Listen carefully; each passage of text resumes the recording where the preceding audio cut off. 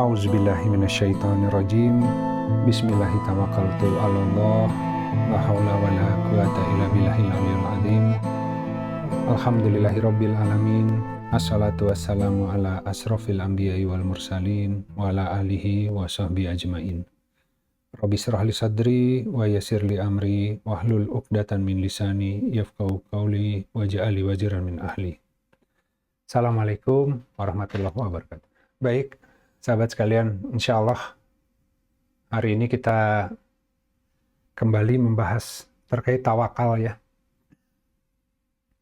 Jadi subjudulnya adalah mengikuti tata cara yang Allah ajari gitu. Jadi terkait dengan tawakal, ini menjadi sebuah hal yang sangat penting ya untuk dipahami, karena banyak urusan dalam kehidupan itu kadang terlalu rumit karena kita kurang tawakal kepada Allah gitu.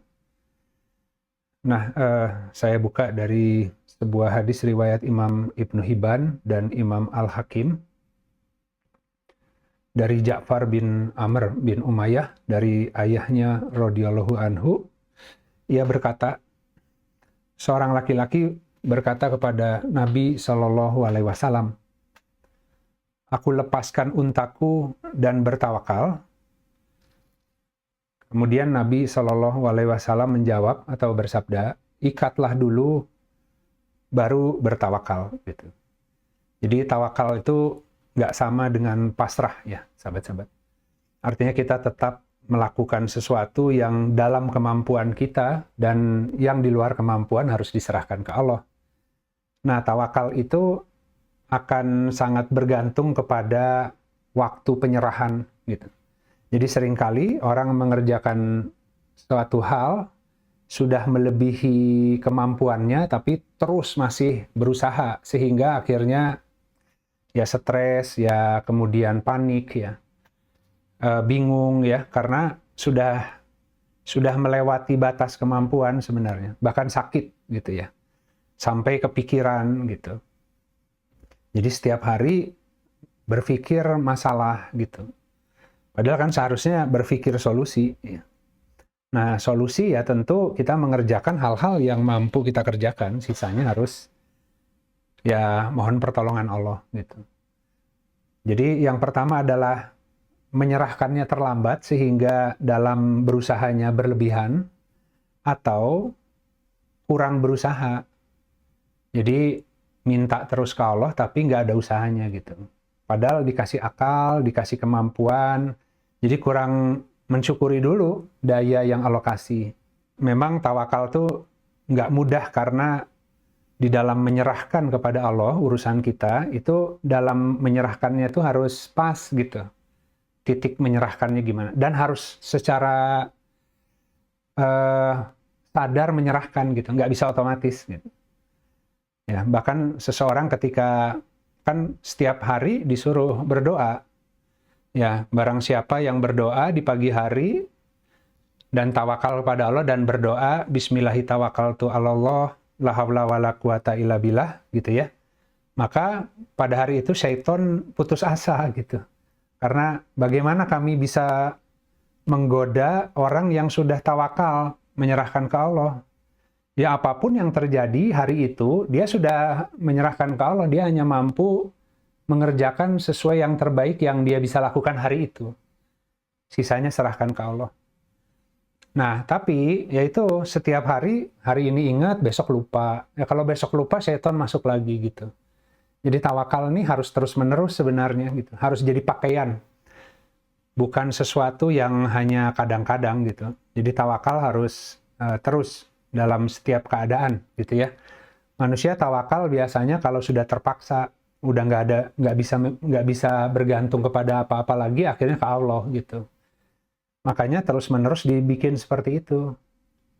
Tapi kalau nanti dikasih kelapangan, dikasih rizki, dikasih kemudahan, biasanya nggak tawakal gitu kan. Ya supaya terus tawakal ya jadi dikasih kekurangan terus, tapi kan nggak enak. Kita harusnya bisa tawakal ke Allah dalam semua keadaan. Nah, jadi ini tawakal tuh terkait dengan pengaruhnya tawakal itu akan berdampak dalam gerak dan usaha seseorang ketika bekerja untuk mencapai tujuan-tujuan. Jadi manusia itu banyak hajatnya, setiap hari ada hajat gitu ya. Ada keperluan, ada kebutuhan, ada urusan-urusan ya. Nah, bisa kelihatan yang tawakal dan enggak gitu. Kadang-kadang mukmin yang sedang belajar tawakal, kemudian diskusi atau konsultasi, suka bertanya gitu. Perasaan saya sudah berusaha sabar dan tawakal, tapi kok belum ada juga pertolongan ya. Tapi kalau dari gerak-geriknya, sebenarnya belum sampai kepada kesabaran dan tawakal yang seharusnya gitu. Karena tawakal itu memang ada batas tertentu gitu ya, yang perlu kita penuhi dulu. Ini kita kerjakan kewajiban kita, sisanya serahkan ke Allah. Nah, gimana Allah mau mencukupi kalau kewajiban yang di sisi kita yang mampu kita lakukan pun nggak kita lakukan gitu. Kan jangan suruh Allah yang kerja semua untuk kita. Tapi kan Allah akan membantu orang-orang yang sudah selesai mensyukuri apa-apa kemampuan yang Allah kasih. Baru nanti dikasih. Nah, kita lihat nih definisi tawakal ya. Jadi asal kata makna dari tawakal. Tawakal itu kan turunan dari asma Allah ya. Al-Wakil sebenarnya. Alhamdulillah kalau di Indonesia sama. Kan kita ngerti kalau dalam bahasa Indonesia wakil itu apa sih gitu. Jadi wakil itu kan adalah seseorang yang kita serahkan untuk menyelesaikan hal-hal yang kita nggak bisa. Ya kan kalau misalkan kendaraan di rumah rusak, kan kita wakilkan ke montir ya. Kita bawa ke bengkel. Kecuali kalau dia pinter otomotif, ya maka dia tidak perlu mewakilkan ke orang lain, ya dia benerin sendiri. Kalau baju sobek atau sepatu rusak, mau dijahit, mau dibawa ke tukang sol, kan dia mewakilkan urusan itu ke yang ahlinya gitu. Jadi ya kalau urusan sepatu ya ke tukang sol, kalau urusan baju ya ke penjahit, kalau urusan kendaraan ya ke montir, ke bengkel. Nah, kita nggak bisa salah menyerahkan urusan, kan? Kita nyerahkan baju ke montir, yang ada ya nggak akan benar bajunya, yang ada kotor. Ya. Dia nggak punya peralatannya, nggak punya kemampuannya, gitu. Jadi, manusia pun ketika mewakilkan sesuatu kepada orang lain tuh milih ke yang mampu, gitu. Tapi siapa yang manusia yang mampu untuk menjaga anak kita, menjaga kehidupan kita, ya, membuka rizki kita, gitu kan, mengeluarkan kita dari berbagai musibah barangkali yang sedang dihadapi hari ini, itu hanya Allah yang memiliki kemampuan mutlak untuk mengurusi segala hal, ya, rizkinya, ya, kemampuan kita. Kalau nggak ke Allah, ya ke siapa lagi, gitu ya. Nah, jadi kalau secara bahasa, tawakal itu adalah mengandalkan gitu. Jadi makanya disuruh tawakal kepada Allah. Lebih mengandalkan yang di tangan Allah ketimbang yang di tangan kita. Secara istilah, tawakal itu adalah sikap mental dan spiritual yang tadi ya, mengekspresikan keyakinan penuh bahwa Allah adalah pemilik dan pengatur segala sesuatu di alam semesta ini gitu. Ya, semua di alam dunia ini semua tuh nggak ada yang bisa mendahului Allah sebenarnya. Ya, berbagai macam orang yang ingin melakukan keburukan terhadap kita, kalau tidak Allah izinkan nggak akan sampai. Bahkan semua orang berkumpul ingin memberi manfaat kepada kita, ingin nolong kita, nggak bisa juga kalau tidak Allah izinkan gitu. Jadi segala sesuatu itu harus atas izin Allah. Nah, sehingga kita punya keyakinan Allah itu punya kendali mutlak atas semua yang terjadi, dan manusia itu hanya bisa berusaha sebaik mungkin. Sementara hasil ya keputusannya kepada Allah. Tapi ada rumusnya gitu. Nggak hanya sekedar Allah juga nggak akan semena-mena. Manusia sudah berusaha dengan baik, kemudian Allah buat tidak memperoleh gitu. Nggak juga. Kecuali kalau salah yang diupayakan gitu. Jadi Allah pasti akan membalas setiap upaya manusia kalau seandainya benar kaidah niat, kaidah maksud dan tujuannya. Baik, kita mulai tadabur ya di Al-Quran. Jadi yang poin pertama tentang tawakal ini terkait dengan segala sesuatu itu dimusyawarahkan dulu sebelum tawakal. Tadi kan ikat dulu tali untanya baru tawakal. Nah ini akan terkait dengan urusan. Ya. Di Quran surat Ali Imran ayat 159, A'udzubillahi minasyaitonirrajim, Bismillahirrahmanirrahim.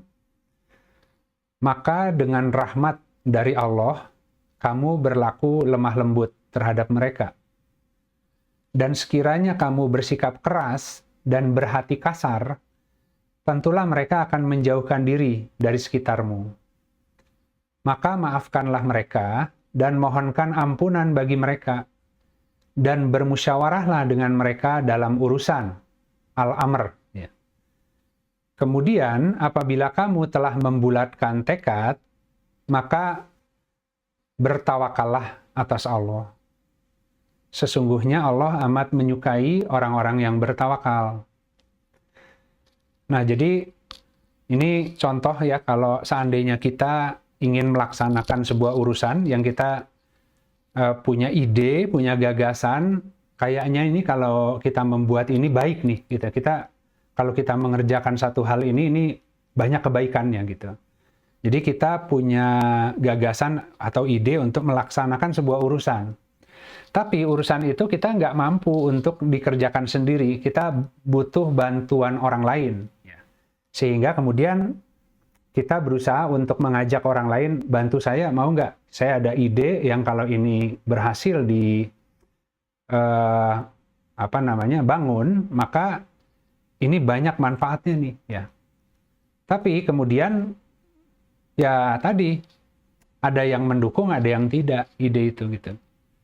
Ya, jadi apakah kemudian kalau itu adalah sebuah ide yang baik, kalau yang itu kita berjuang mengembangkan akan menghasilkan banyak manfaat, karena hanya sekedar nggak ada dukungan dari manusia, terus kita berhenti gitu. Wah, nggak ada yang nolong nih, modal terbatas, bantuan juga yang bantu cuman sedikit, udahlah nggak usah deh, susah soalnya kan ini padahal baik nih ya kalau kita kembangkan, tapi nggak banyak yang mau bantu gitu.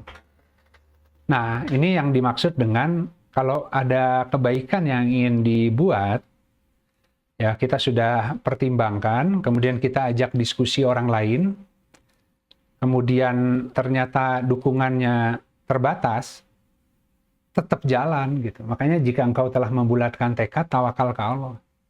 Ya, nanti itu Allah yang akan ngasih berbagai kecukupan agar itu bisa terlaksana gitu. Jadi untuk melaksanakan sebuah kebaikan itu kita nggak harus bergantung ke nunggu orang. Ya kalau nggak ada yang bantu, kalau kita yakin itu sesuatu yang baik, kita kerjakan, ya udah sendiri aja. Ya kita kerjakan sendiri semampu kita, sisanya tawakal. Nanti kalau ada yang bantu, biar Allah yang ngatur. Kalau butuh modal, biar Allah yang ngatur. Gitu. Nah itu mental seperti itu yang dibutuhkan. Ya tentu tadi ketika punya gagasan kemudian tidak banyak yang mendukung, ya bisa jadi kita juga harus melihat juga kenapa orang nggak mau dukung. Jangan-jangan gagasan kita sebenarnya hanya baik menurut kita, bisa juga begitu. Jadi tetap kita dengarkan ketika orang tidak mau mendukung, tapi kalau argumentasi dari orang lain itu bukan sesuatu yang dasarnya tepat, dan kita yakin itu sesuatu yang baik, bismillahirrahmanirrahim tuh, jalanin aja. Jalankan aja gitu. Jadi manusia itu seringkali takut karena keterbatasan. Ya, padahal amal soleh itu gitu. Ketika kita mau beramal soleh, mengerjakan hal-hal yang dimudahkan dan punya dampak manfaat besar, biasanya mengembangkan urusan di sana itu tantangannya banyak. Nah, disitulah kita tawakal ke Allah. Jalan, jadi jangan lemah hati, jangan jadi orang yang nggak punya determinasi gitu. Manusia itu harus punya, kalau ada kebaikan ya dia upayakan gitu. Nah sambil mentawakalkan kepada Allah. Itu yang pertama. Kemudian yang kedua, poin tentang tawakal adalah tawakal itu kan tadi bekerja ya. Bekerja sesuai kemampuan kita, kemudian sisanya yang di luar kemampuan serahkan ke Allah, gitu kan. Tapi yang kita kerjakan dengan kemampuan kita harus mengikuti tata cara yang Allah ajari. Jangan sampai kemudian bekerjanya dengan menggunakan hawa nafsu. Nah, jadi di Quran surat Al-A'raf ayat 89, tentulah kami telah mengada-adakan kebohongan atas Allah jika kami kembali pada tata cara kamu setelah Allah melepaskan kami darinya. Dan tidaklah patut untuk kami kembali padanya, tata cara itu ya, kecuali jika Allah, Rob kami menghendakinya. Pengetahuan Rob kami meliputi segala sesuatu. Kepada Allah lah kami bertawakal. Wahai Rob kami, berilah keputusan antara kami dan kaum kami dengan hak, dengan kebenaran, gitu ya. Engkaulah pemberi keputusan terbaik. Jadi ini ada kalimat milah ya. Kan kalau di Al-Quran kita disuruh mengikuti milah Ibrahim yang hanif. Gitu. Jadi milah itu kan sebuah sistem tata nilai yang memandu aksi. Ya, jadi kalau sistem tata nilainya Al-Quran, maka aksinya ketika kita berusaha itu akan ada panduan-panduan, prinsip-prinsip gitu ya. Ya, ketika tadi kita bekerja, akan banyak di situ perangkap syaitan gitu. Nah, kita menghindari hal-hal yang itu. Jadi, tata cara bekerjanya itu harus lurus gitu. Nggak boleh cari jalan pintas. Ya. Semua urusan itu ada pintu depannya gitu. Hadapi aja, bismillahirrahmanirrahim ya. Nggak boleh curang, nggak boleh menipu, ya, nggak boleh menzolimi orang lain. Meskipun ada peluang keuntungan kalau seandainya kita sedikit-sedikit menipu lah gitu. Tapi kalau mengikuti milah Ibrahim nggak boleh begitu. Jadi harus menggunakan sistem tata nilai untuk memandu perbuatan kita dengan tata cara yang jangan sampai itu kemudian tidak Allah sukai. Nah, kenapa demikian? Ketika kita dengan kemampuan yang terbatas bergerak sesuai tata nilai dan tata cara yang benar, tiba-tiba Allah akan memasukkan kita ke wilayah perjanjian. Jadi bukan karena usaha kita hebat kemudian bisa berhasil, tapi karena tata cara kita benar, kemampuannya masih terbatas, sisanya Allah langsung tolong. Ya, Allah kan tahu ya, tata cara kamu benar, kamu tidak melakukan syirik, kamu tetap tauhid ke Allah. Nah, kalau pakai tenaga kamu sendiri nggak selesai-selesai, tiba-tiba Allah kasih kuat. Makanya bismillahirrahmanirrahim ya. Jadi tawakal ya, dan la haula wala quwata illa billah. Jadi tidak ada daya dan kekuatan. Ya, jadi kalau daya itu daya kita punya kemampuan, dayanya sesuai masing-masing beda ya dengan daya yang dimiliki hari ini. Kalau dayanya itu kurang, nanti Al-Qawi akan turun untuk memberikan kekuatan di atas daya yang sudah ada. Sehingga yang kurang menjadi cukup. Gitu. Nah, itu artinya orang-orang yang ada di dalam wilayah perjanjian pasti Allah tolong. Tapi ketika dia bergerak, kemudian menempuh cara yang salah, akhirnya perjanjian ditolong Allahnya batal. Gitu. Jadi kalau mau berhasil, harus dipastikan kita masuk di dalam wilayah perjanjian pasti Allah tolong gitu. Nah, caranya adalah dengan bergerak lurus, nggak boleh menserikatkan Allah. Gitu. Nah, kemudian berikutnya masih melanjutkan tadi tata cara ya. Kita lihat dari Quran Surat An-Nisa ayat 125.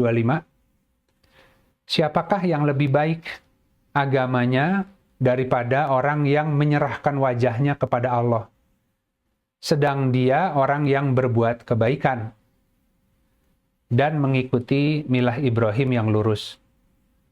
Allah telah menjadikan Ibrahim sebagai kekasihnya. Jadi aulia itu apa ini, kalau Khalil kekasih gitu ya. Kalau aulia itu pelindung, teman setia begitu ya. Nah, di Quran surat Yunus ayat 62, ketahuilah bahwa sesungguhnya para wali Allah itu tidak ada rasa takut yang menimpa mereka dan tidak pula merasa bersedih. Kenapa? Karena ya kita sudah bekerja dengan tata cara yang benar, sisanya Allah yang jamin. Selama kita berada di dalam wilayah perjanjian dengan Allah, tenang aja, pasti Allah akan tolong. Yang repot adalah ketika kita berusaha, kemudian kita ambil jalan pintas, yang karena keterdesakan kita menganggap, udahlah nggak apa-apa ambil, meskipun tahu itu salah, Allah maha mengerti, maha bijaksana, itu salah menggunakan asma Allah. Nggak seperti itu. Ya. Jadi, tentu mereka akan selalu tercukupi. Jadi tidak ada rasa takut, tidak ada kesedihan. Kenapa? Ya jalani aja, pasti jalan keluarnya selalu alokasi gitu. Jadi kalau orang yang umum itu begitu menghadapi masalah itu bisa bertahun-tahun, ya di situ aja hidup tuh nggak selesai-selesai dengan problem yang sama. Tapi kalau orang yang tawakal, ya pasti tuntas. Ya satu persoalan dihadapi dengan lurus, dengan tawakal, Allah cukupi, Allah selesaikan urusan itu untuk kita, ya masuk ke urusan yang baru. Tapi kalau kehidupan kita berputar di masalah itu, terus masalah rezeki, terus masalah kekurangan, terus ya, perasaan dari 5 tahun, 10 tahun yang lalu, tetap sampai hari ini masalah ekonomi terus, nggak pernah cukup gitu ya. Berarti ada yang salah di tawakal kita itu, gitu. Kan kita mengandalkan pekerjaan, ngobjek, dagang, kalau kurang nyari lagi kira-kira apa ya untuk tambahan penghasilan. Kalau berkutat di situ terus dan rezekinya nggak pernah sampai mudah gitu ya, itu ada yang salah tuh di tawakalnya gitu. Nah itu yang kita perlu refleksi. Apalagi kalau masih dihinggapi banyak ketakutan, kesedihan, karena banyak kecewa. Kalau ada keinginan, berusaha, kalau gagal kecewa. Kalau berhasil euforia gitu ya. Sangat cemas gitu ya, mengharapkan memperoleh sesuatu yang sangat dia inginkan.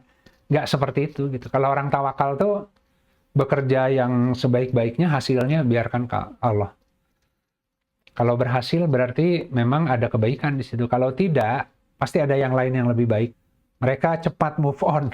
Nah, jadi kalau masih banyak dirundung dengan kebingungan, ketakutan, kesedihan, ada persoalan tawakal yang harus diperbaiki. Nah, kemudian hadis riwayat Ibnu Majah, seorang bertanya kepada Nabi Shallallahu Alaihi Wasallam, siapakah para aulia atau teman dekat Allah? Ya. Beliau menjawab, ketika kamu melihat mereka, kamu selalu diingatkan kepada Allah. Jadi orang-orang yang masuk dalam wilayah perjanjian Allah, yang benar tawakalnya tadi, ya benar takwanya, sehingga tidak ditimpa kesedihan, tidak ditimpa ketakutan kehidupannya karena sudah full mengalir dalam kehidupan ini dengan mengikut sertakan Allah ya, apapun yang dia hadapi. Nah, tentu orang lain yang melihat mereka akan merasakan ketenangannya juga gitu, meskipun belum tentu bisa mengikuti. Tapi orang jadi termotivasi ketika melihat ada orang yang kemudian dalam kehidupan ini bisa berselancar dengan mudah dan bergantung kepada Allah dan juga dicukupi semuanya gitu ya. Tidak berlindung kepada yang selain Allah gitu. Akidahnya akan kelihatan orang-orang seperti itu. Nah, jadi kalau di Quran surat Al-Fat ayat 29 itu dikatakan tanda-tanda bekas sujud di wajahnya tampak. Jadi kalau tanda sujud di wajah itu bukan tanda apa? Sujud ketika sholat terus dahinya hitam ya. Ya kalau dahi hitam ya tergantung alasnya ya. Ya kalau alasnya empuk ya enggak gitu kan ya. Tapi yang dimaksud tanda bekas sujud di wajahnya itu terlihat orang itu punya kesabaran, punya ketawakalan, punya kebersyukuran, punya keikhlasan. Jadi terpancar energi dari seseorang itu, energi-energi yang baik. Ya karena itu dampak dari sering kembali ke Allah. Apapun yang dihadapi diserahkan lagi ke Allah. Kemudian mengikuti lagi dengan tata cara yang Allah ajarkan, ya. Kalau bingung, mentok, balik lagi ke Allah. Ya mereka bolak-balik sujud, mohon pertolongan Allah, merendahkan dirinya, berdoa. Ya tentu Allah nggak akan mungkin tinggal diam, gitu. Pasti akan banyak pertolongan. Nah, kalau orang sudah sampai bisa seperti itu, akan terpancar. Karena kalau lihat kebanyakan manusia, mayoritas tuh wajahnya selalu penuh persoalan, gitu. Hampir rata-rata lah. Ya, lebih banyak manusia itu penuh keluhan, penuh persoalan, kebingungan, kecemasan. Jarang yang wajahnya itu memancarkan ketenangan, kesabaran, ketawakalan, itu jarang. Ya. Dan sulit untuk mengklaim, karena bisa jadi hari ini tenang, kelihatan nggak cemas, karena tabungannya banyak. Kalau tabungannya dicabut, bisa nggak? Gitu kan? Kan akan diuji. Jadi kita harus berlatih, meskipun punya tabungan, meskipun punya harta, harus berlatih agar tidak bergantung kepada itu untuk ketenangan. Ya, karena kalau enggak, nanti Allah cabut semua kelebihan itu, biar diajari gimana tawakal yang sesungguhnya. Karena tawakal sesungguhnya itu ketika serba nggak ada, ya. Jadi dia harus bisa tetap tenang dalam semua keadaan, kan. Nah, beruntunglah orang-orang yang pernah Allah uji dengan susah, dengan senang. Nah, kita refleksi, apakah kita berhasil nggak ketika pernah diuji oleh Allah dengan kesenangan? Kita berhasil nggak ketika Allah uji dengan kesulitan? Kalau itu akan terus diulang ujian itu, agar kita bisa tahu hari ini kita lebih sabar atau enggak ketimbang kita kemarin. Jadi ujian itu sesuatu yang baik sebenarnya bagi orang beriman, karena dia bisa melihat kualitas dia hari ini ada perkembangan atau enggak. Kalau enggak, ya dia kembali istighfar dan bertaubat kepada Allah. Biar Allah berikan kemampuan-kemampuan lebih untuk bisa bersabar, tawakal, syukur, ikhlas. Nah, kemudian kita lihat di Quran Surat Al-Anfal ayat 49. Ketika orang-orang munafik dan orang-orang yang ada penyakit di dalam hatinya berkata, orang-orang mukmin telah ditipu oleh agamanya, dan barang siapa yang bertawakal kepada Allah, maka sesungguhnya Allah Maha Perkasa lagi Maha Bijaksana. Kemudian di Quran Surat At-Taubah ayat 51, katakanlah, tidak akan menimpa kami melainkan apa yang telah ditetapkan Allah bagi kami. Dialah pelindung kami, dan hendaklah kepada Allah saja orang-orang mukmin bertawakal, atau menyerahkan segala urusannya. Nah, ini kan kita akan dijadikan bahan kebingungan oleh orang-orang yang nggak beriman sebenarnya. Ya, jadi diolok-olok, mereka menganggap kita aneh gitu ya, nggak logis gitu kan ya. Ya nggak apa-apa, biarin aja. Kenapa begitu? Karena beda sistem keyakinan dan tata nilai. Ya, kalau mereka kan tadi ketenangannya dibangun hanya karena usaha kerasnya. Jadi kalau manusia itu mengandalkan usaha kerasnya, gimana kalau sakit? Gimana kalau udah pensiun? Gimana kalau tenaga sudah berkurang, nggak bisa kerja kayak waktu muda? Ya karena waktu masih muda, masih sehat pun hidupnya mengandalkan kerja keras sih, bukan mengandalkan Allah. Nanti menghadapi fase kehidupan yang berikutnya kan repot. Gimana orang mengandalkan gaji di kantor, padahal anaknya nambah. Ya, udah gitu anaknya dewasa, biayanya nambah. Jadi, kalau hanya nganjelin gaji di kantor, kan gaji di kantor bisa jadi cukup 5 tahun yang lalu. Sekarang, kehidupannya harga-harga naik, tanggungan makin banyak.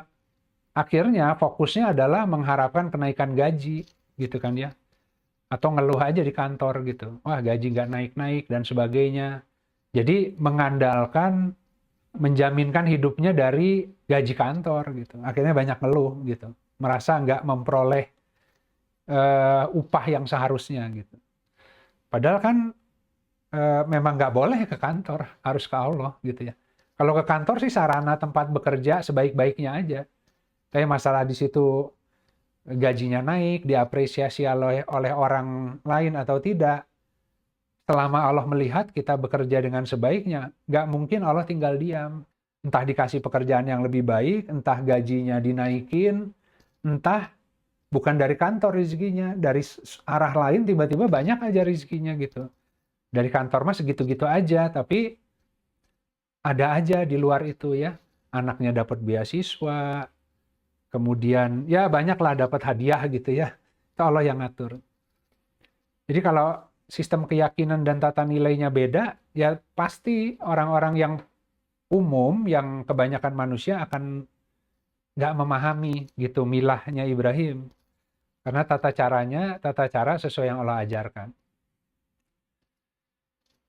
Nah, terakhir, di Quran Surat Yunus ayat 84 dan 85, Musa berkata, "Wahai kaumku, jika kamu adalah orang-orang yang beriman kepada Allah, maka bertawakallah kepadanya. Jika kamu adalah orang-orang yang berserah diri." Ya, Muslim. Ya. Jadi kita disuruh nih, kalau kita orang beriman, maka harus tawakal ke Allah. Sudah dikasih iman, tawakalnya ke benda masalahnya kan. Dikasih iman saja sudah mahal, tapi iman itu harus disempurnakan. Ya, jadi kalau beriman dikasih cahaya, maka harus memutus yang selain Allah secara bertahap. Nah, sehingga nanti di dalam berserah dirinya itu akan lebih mudah mengalirnya. Ya, karena apapun, orang nggak mampu berserah diri itu ketika menghadapi kementokan, akhirnya berserah dirinya jadi terganggu karena panik. Ya. Tapi kalau dia punya tawakal, berserah dirinya bisa terus-menerus. Ya, mau keadaan susah, senang, terus saja berserah diri dengan bertawakal ke Allah. Nah, mereka pun berkata, kepada Allah lah kami bertawakal. Wahai Rob kami, janganlah engkau jadikan kami fitnah atau sasaran ujian bagi kaum yang zolim. Jadi ini kalau hari ini itu kan manusia banyak yang jadi sasaran fitnah orang-orang yang zolim. Orang-orang muslim banyak. Jadi dia sholat, dia sudah melakukan ibadah, tapi dalam kehidupan itu bergantung kepada manusia lain. Bergantung kepada relasi, kepada investor, ya kepada atasan, kepada sistem bahkan gitu ya. Jadi hidupnya itu terus bergantung dikuasai oleh manusia lain gitu. Gitu. Makanya tadi kalau ada kekurangan berarti cari pinjaman. Lama-lama kan akan dengan keterpaksaan ngemis sana sini gitu. Ya begitu salah masuk orang zolim yang mengambil kesempatan dikasih bunga, ya diperangkap, ya ada pinjol, ada macam-macam gitu. Nah itu keniscayaan karena azab zaman. Jadi kalau seandainya tidak bertawakal ke Allah, pasti akan terbawa arus dan merasakan azab zaman. Sekarang kan ekonomi serba susah, harga serba naik, gaji segitu-gitu aja, gitu kan ya. Semua mahal, gitu. Lapangan pekerjaan susah. Yang antri kerja, yang melamar, wah entah berapa kali lipat dari jumlah lowongan yang ada, gitu kan ya. Akhirnya orang terpaksa mengambil pekerjaan meskipun gajinya rendah, padahal ongkos pulang pergi ke kantor itu kurang bahkan. Ya daripada nganggur kan gitu ya. Nah, itu hukum zaman tuh. Allah lagi mendesain memang gitu kehidupan. Ekonomi mah akan terus makin hancur sebenarnya. Kehidupan itu akan semakin susah. Tapi jadi batu ujian. Kalau yang tawakal, buktiin dong gitu. Masa ya mukmin yang dijamin Allah ketika zaman sedang gonjang-ganjing terus kita juga susah kan? Padahal tadi kan para waliullah itu yang berada di wilayah perjanjian kan mereka itu tidak bersedih gitu ya. Jadi Allah yang jamin itu kan ya, mereka tidak susah lah. Gitu. Ya baik, sahabat sekalian, minggu depan kita masih tawakal insya Allah. Karena saya lebih banyak ilmunya tawakal dan sabar sebenarnya. Dua ilmu itu aja yang mengeluarkan saya dari berbagai problem kehidupan dan cukup gitu. Jadi sabar, tawakal. Dua hal itu aja udah cukup untuk membuat hidup kita kemudian sangat ringan. Ya, segala sesuatu Allah yang mengaturkan, nggak pusing seperti orang pada umumnya, tapi belajar sabar dan tawakal sendiri bisa seumur hidup sebenarnya. Jadi insya Allah nanti minggu depan kita masih lanjut tawakal, ya campurlah antara tawakal dan sabar itu. Yang lain-lain insya Allah mengikuti, karena sabar kan gerbang dari segala pintu kebaikan. Kalau sabarnya nggak dapet, sholatnya nggak bisa, nggak akan bener sholatnya. Kan mohon pertolongan Allah dengan sabar dan sholat. Jadi harus sabar dulu. Tawakal juga nggak bisa kalau nggak sabar. Ya kan tawakal tuh udah sampai di ujung, udah mau mentok, udah habis daya, ya Allah gimana ya ini, tiba-tiba ada jalan lagi. Kalau nggak sabar, tengah jalan udah marah-marah duluan gitu. Jadi nanti malah susah kehidupannya gitu. Baik, sahabat-sahabat. Jadi insya Allah mudah-mudahan lebih bermanfaat ya ilmu-ilmu sabar tawakal seumur hidup kita bahas itu juga rasanya akan kita butuh perkuatan terus lah terkait hal itu. Baik, terima kasih. Yang hak dari Allah, yang batil dari saya pribadi. Jika ada hal-hal yang kurang tepat yang saya sampaikan, semoga Allah menggantikan dengan ilmu yang lebih hak. Mari kita sama-sama tutup kajian siang ini dengan beristighfar kepada Allah dan kita akhiri dengan doa kafaratul majelis. Astagfirullahaladzim, alladzi la ilaha illa huwal hayyul qayyum wa atubu ilaik. Subhanakallahumma rabbana wa bihamdika asyhadu alla ilaha illa anta astaghfiruka wa atubu ilaik. Subhana rabbika rabbil izzati amma yasifun wa salamun alal mursalin walhamdulillahi rabbil alamin. Wassalamualaikum warahmatullahi wabarakatuh.